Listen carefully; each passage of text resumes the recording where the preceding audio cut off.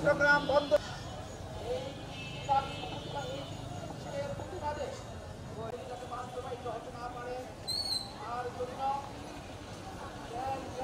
বন্ধন ও একটি বিক্ষোভ কর্মসূচি আয়োজন করেছি।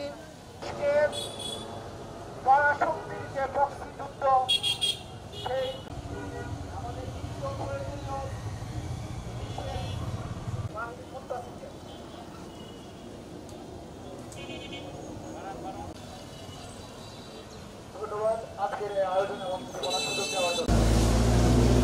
এখন বক্তব্য রাখার জন্য অনুরোধ করছি সামাজিক সংগঠনের প্রথমে বাংলাদেশ বিদেশিদের দেব না, আমার মা আমার মাটি, আমার মা আমার মাটি বিদেশিদের দেব না। আমি শুধু তিনটে কথা বলবো। প্রথম কথা হচ্ছে যে আজকে আমরা বলতে চাই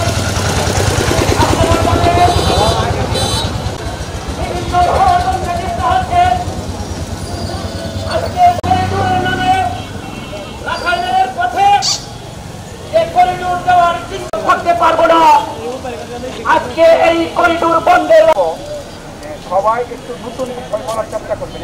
বারবার পক্ষ থেকে মানববন্ধন থেকে আমরা ঘোষণা করতে চাই, অন্তর্বর্তীকালীন সরকারের প্রধানকে আমরা বলতে চাই, আপনি এদেশের কোন জনগণের ভোটে নির্বাচিত হন নাই, আপনি এদেশের নির্বাচিত কোন সরকার নয়, আপনি এদেশের জনগণের কোন সরকার নয়। আপনি এই ধরনের সিদ্ধান্ত নিতে যাবেন না। যদি এই ভয়ঙ্কর সিদ্ধান্তে আপনি অবনত হন, আমরা জনগণ ঐক্যবদ্ধ হয়ে তা প্রতিরোধ করব। মানবিক করিডোরের নামে পুরো পৃথিবীতে কোন দেশ ভালো নেই। যারা মানবিক করিডোর শুরু করে দিয়েছে তারা কেউই ভালো নেই। তারা প্রত্যেককে হচ্ছে দুর্ভোগে আছে। আর এই মার্কিন সাম্রাজ্যবাদ যখনই কোনো দেশের মধ্যে ঢোকে তখনই তাদের স্বার্থ হাসিলের জন্য ঢোকে। আমরা এই মানবিক করিডোরের তীব্র প্রতিবাদ এবং বিরোধিতা করছি আমরা এখান থেকে। এবং যদি মানবিক করিডোরের নামে কিছু করা হয় তাহলে তা শক্তভাবে প্রতিরোধ করা হবে। তখন আমরা কেউ বসে থাকবো না। আজকে হয়তো মানববন্ধনে দাঁড়িয়েছি, তখন আমরা রাজপথ ছাড়বো না। মানুষ যে বড় বলি বলতেছে, বিশিষ্ট জনরা যে বড় বলি বলতেছে যে রাখাইন রাজ্যের আরাকান আর্মিকে সহযোগিতা করার জন্য এখানে আমরা একটা যুদ্ধের মধ্যে জড়িয়ে যাওয়ার একটা পরিকল্পনা চলতেছে।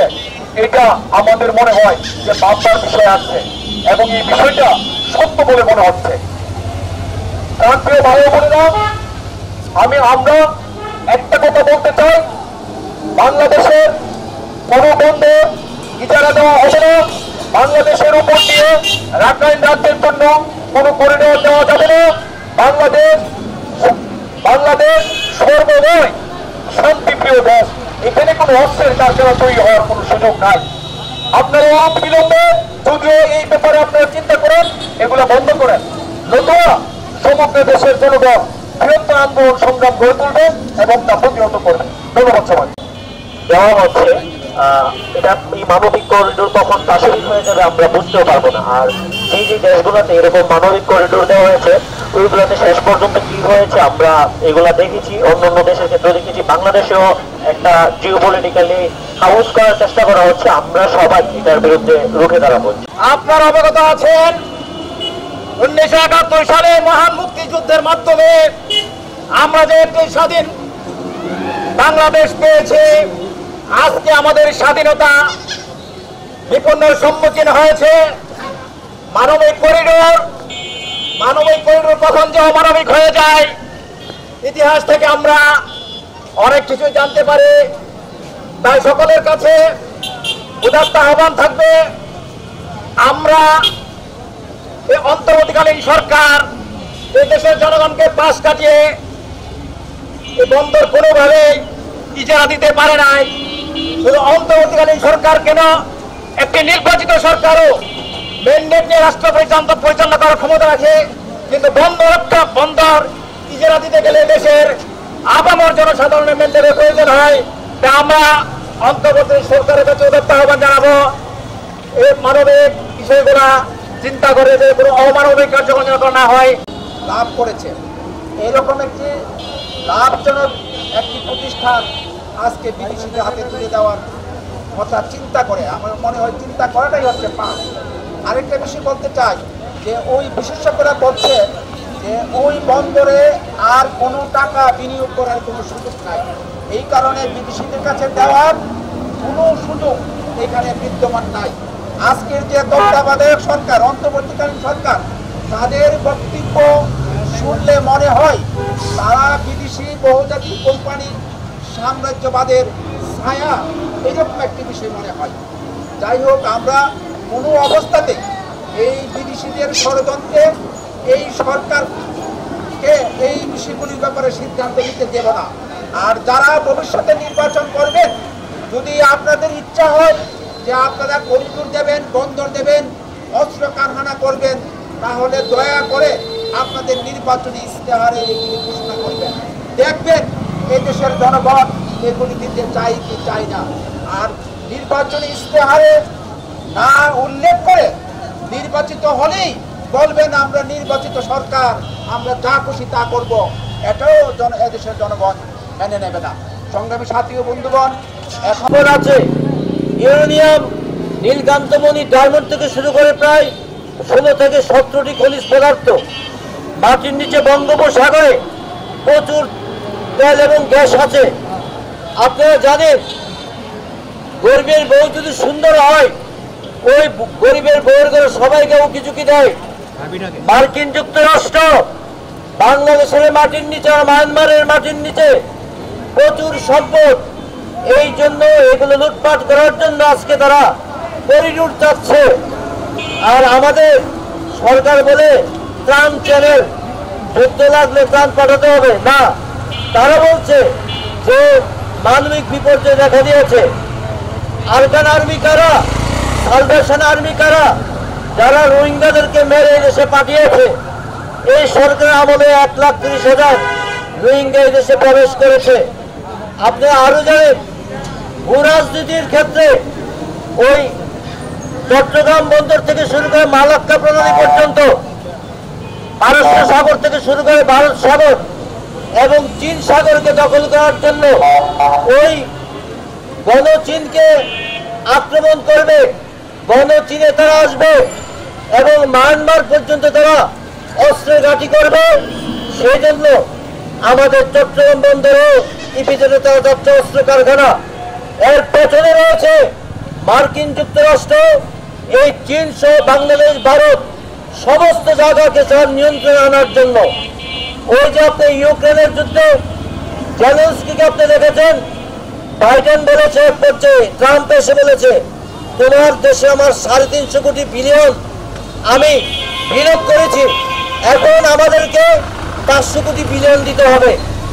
এবং তাদের স্পষ্ট একদম, বাংলাদেশ আমরা কি চাই যে চীন সহ সারা এই উপমহাদেশের শত্রু হওয়ার জন্য চাই না, আমরা যুদ্ধ চাই না, আমরা শান্তি চাই।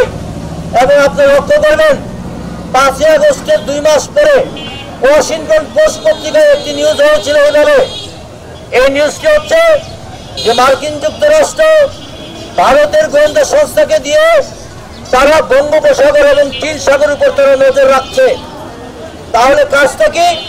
মার্কিন যুক্তরাষ্ট্র যেমন তার এশিয়ার প্রধান মিত্র ভারতের সাথে সম্পর্ক রাখছে, আবার একই সাথে এই দেশের বিদেশি কোম্পানিগুলোর সাথে তারা সম্পর্ক রাখছে।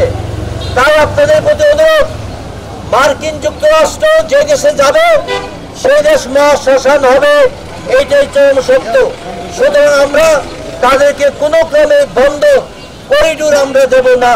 আপনারা জানেন, বর্তমান সরকার মেয়রবানি করিডোর, মানবিক করিডোর দিতে যাচ্ছে, অথচ বিগত সরকার মিয়ানমারের লক্ষ লক্ষ মানুষ মানবিক কারণে এই দেশে আশ্রয় দিয়ে জনগণের বা এই রাষ্ট্রের যে ক্ষতি করছে তার ক্ষতিপূরণ কে দিবে? আমরা মানবিক করিডোর বুঝি না, আমরা মিয়ানমার সরকারের সাথে কোনো সম্পর্ক রাখতে চাই না। আমরা পরিষ্কার ভাষায় বলতে চাই, মিয়ানমার থেকে যে মানুষগুলো চট্টগ্রামে আগেও অবস্থান করছে তাদেরকে ফেরত দিতে হবে। একই সাথে আমি এইটুকু বলতে চাই, কোনো প্রতিষ্ঠান চালানোর সক্ষমতা না বাড়িয়ে তাকে লিজ দেওয়া বিদেশির কাছে তুলে দেওয়া এটাও একটা অপরাধ। জাতীয় কমিটির উদ্যোগে আজকের এই মানবিক করিডোর আমরা কিভাবে রুখে দিতে পারি, এর উদ্যোগে আজকের এই মানববন্ধন।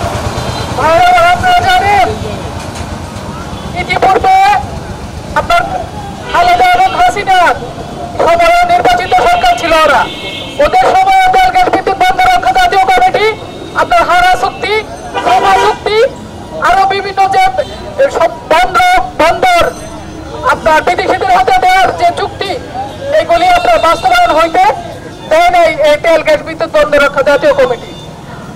আজকে আপনারা জানে রাখুন, এই জনগণকে সাথে নিয়ে এই জাতীয় কমিটি, তেল গ্যাস বিদ্যুৎ বন্দর রক্ষা জাতীয় কমিটি এই চুক্তি বাস্তবায়ন হওয়ার জন্য কোনো মতেই দেওয়া যাবে না।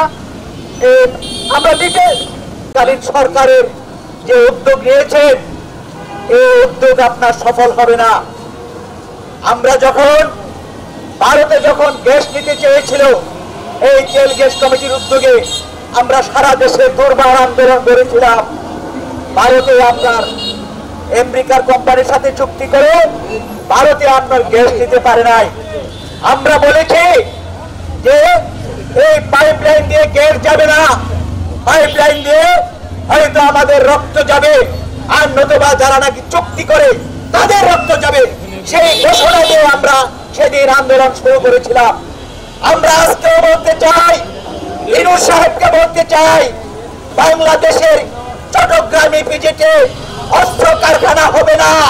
আপনি জেনে রাখেন, আমি বলতে চাই, চট্টগ্রামে আপনার আমাদের যে চট্টগ্রাম বন্দরকে নিয়ে ষড়যন্ত্র খেলছেন, সেই ষড়যন্ত্র সফল হতে দেওয়া যাবে না। আপনার যে নিউমোরিং যে কন্টেইনার টার্মিনাল, এই টার্মিনাল জনগণের রক্তের টাকায় গঠিত হয়েছে। যতক্ষণ পর্যন্ত বাংলাদেশে একটি জনগণ থাকবে, ততক্ষণ পর্যন্ত আমার এই চট্টগ্রামের টার্মিনাল, নিউ টার্মিনাল আপনার নিউমোরিং টার্মিনাল আপনার বিদেশিদের হাতে দেওয়া যাবে না। আর যে অস্ত্র কারখানার কথা, আপনার যে করিডোরের কথা বলছেন, এই করিডোর কি জনগণ আগেই বুঝে ফেলছে। এই করিডোর মানবিক করিডোর নয়। চট্টগ্রামে পিজিতে অস্ত্র কারখানা তৈরি করবে, এই অস্ত্র কারখানার অস্ত্র বিদেশে পাচার করার জন্য, পৃথিবীর বিভিন্ন দেশে পাচার করার জন্য, সেটা হলো আপনার সেই করিডোর। কাজে আমরা পরিষ্কার করে বলতে চাই, চট্টগ্রামে পিজিতে আপনার অস্ত্র কারখানা হবে না। আপনার নিউমোরিং কন্টেইনার টার্মিনাল আপনার বিদেশিদের হাতে দেওয়া যাবে না। আপনার সেই করিডোর হবে না। এই কথা রাখাইনে মানবিক করিডোর, চট্টগ্রাম বন্দরের নিউমোরিং কন্টেইনার টার্মিনাল বিদেশি কোম্পানির কাছে ইজারা প্রদান এবং চট্টগ্রাম ইপিজেডে সভ্যতা বিধ্বংসী যে অস্ত্র কারখানা করার অনুমতি পায় তারা চলছে।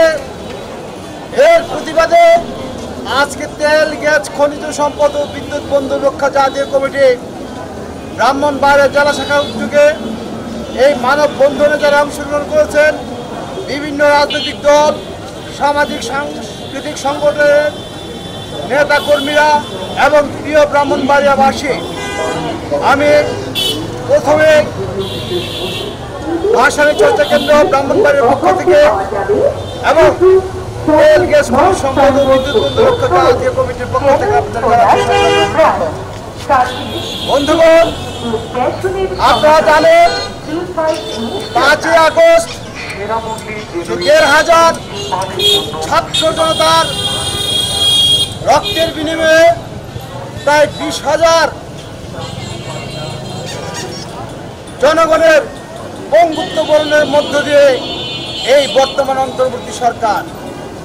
আজকে যদি আমরা একটু খোঁজ নেই, এই অন্তর্বর্তী সরকারে কারা আছে, এই অন্তর্বর্তী সরকারে আছে ওইসব উপদেষ্টারা যারা বিভিন্ন উন্নত দেশেরও নাগরিক, দ্বৈত নাগরিক, এমনকি কেউ কেউ আছে এই বাংলাদেশের নাগরিক নয়, তারা বিদেশি নাগরিক।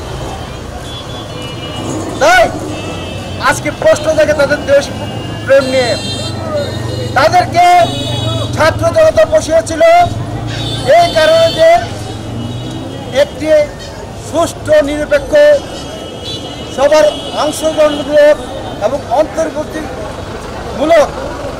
অন্তর্ভুক্তিমূলক একটি নির্বাচনের মধ্য দিয়ে একটি নির্বাচিত সরকারের কাছে ক্ষমতা হস্তান্তর করে তারা ফিরে যাবেন।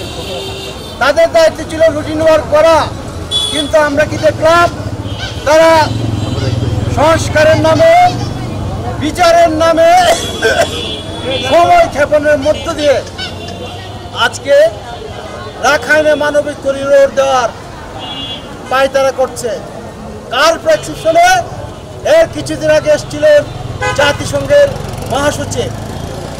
এই জাতিসংঘ হলো মার্কিন সাম্রাজ্যবাদের একটি নিয়ন্ত্রিত সংস্থা। এরা বিশ্ববাসীর কোনো দায়িত্ব পালন করে না। মার্কিনের প্রবরা যেভাবে বলে সেইভাবে তারা নির্দেশ পালন করে। আমরা কি দেখতে পাচ্ছি আজকে ফিলিস্তিনে যখন এই নিরীহ নারী শিশুদের ইসরায়েল বাহিনী নৃশংসভাবে হত্যা করছে, ওইখানে খাদ্য সংকট দেখা দিয়েছে। আমরা মিডিয়ার মাধ্যমে জানতে পারি আজকে এখানে না খেয়ে শিশুরা মারা যাচ্ছে। ওই সময় কোথায় থাকেন জাতিসংঘ?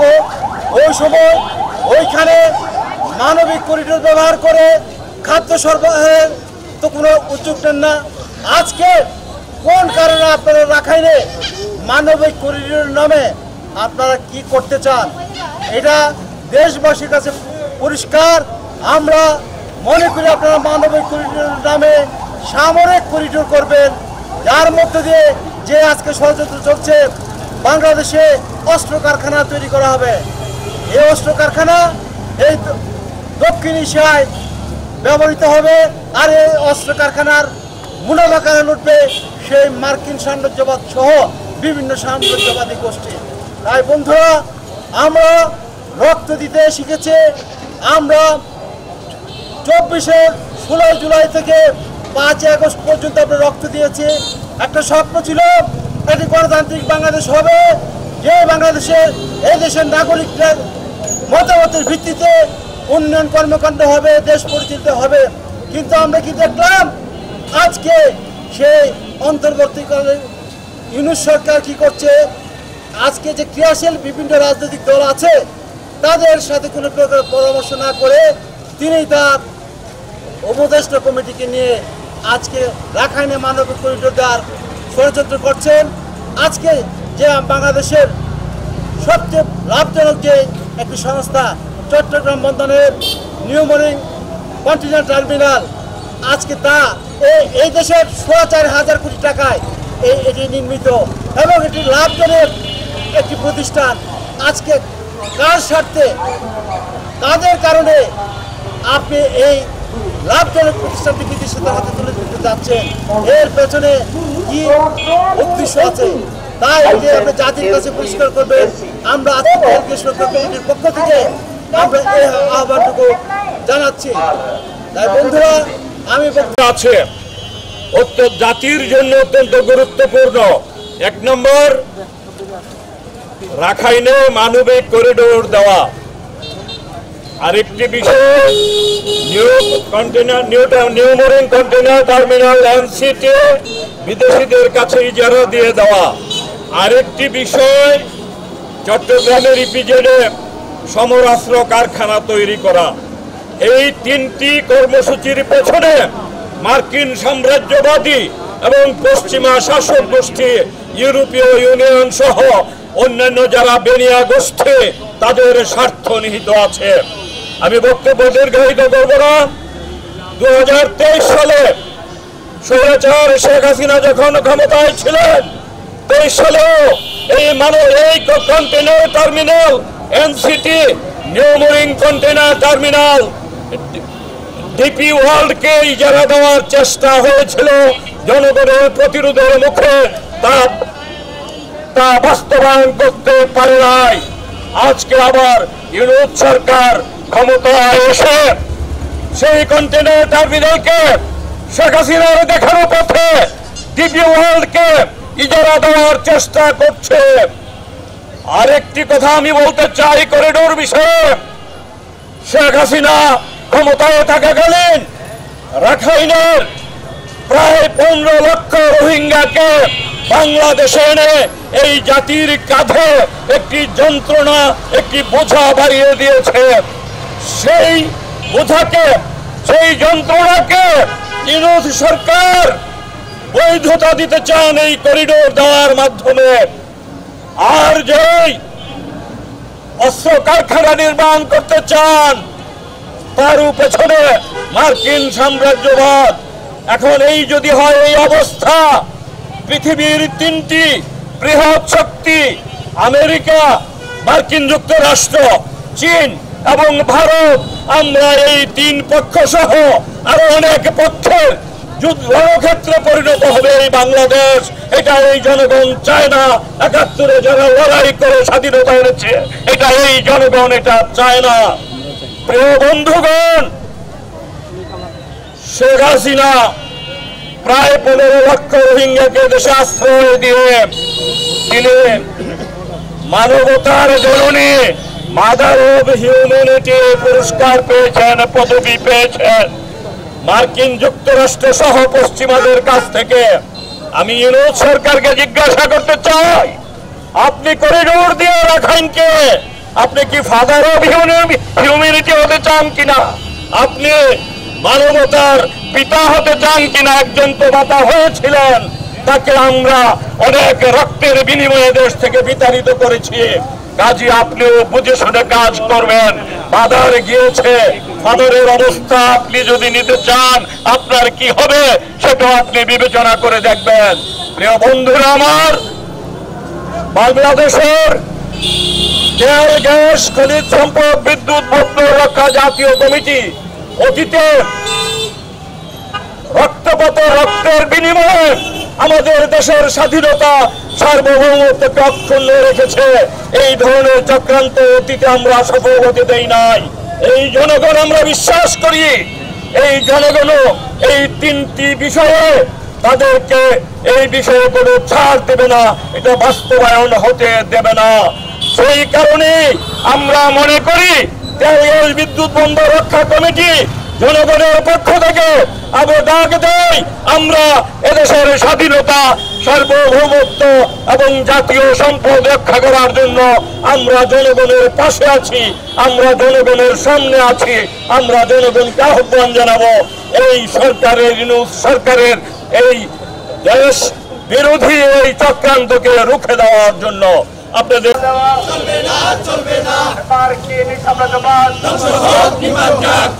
পুড়িয়ে গেছে তোদের দিন, বিদেশিদের দেব না,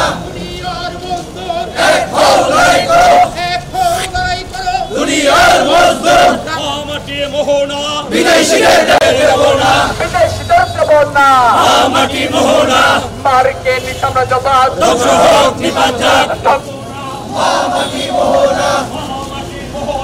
বিদেশিদের দেব না, বিদেশিদের দেব না, বিদেশিদের দেব না, আমার মাটি মোহনা।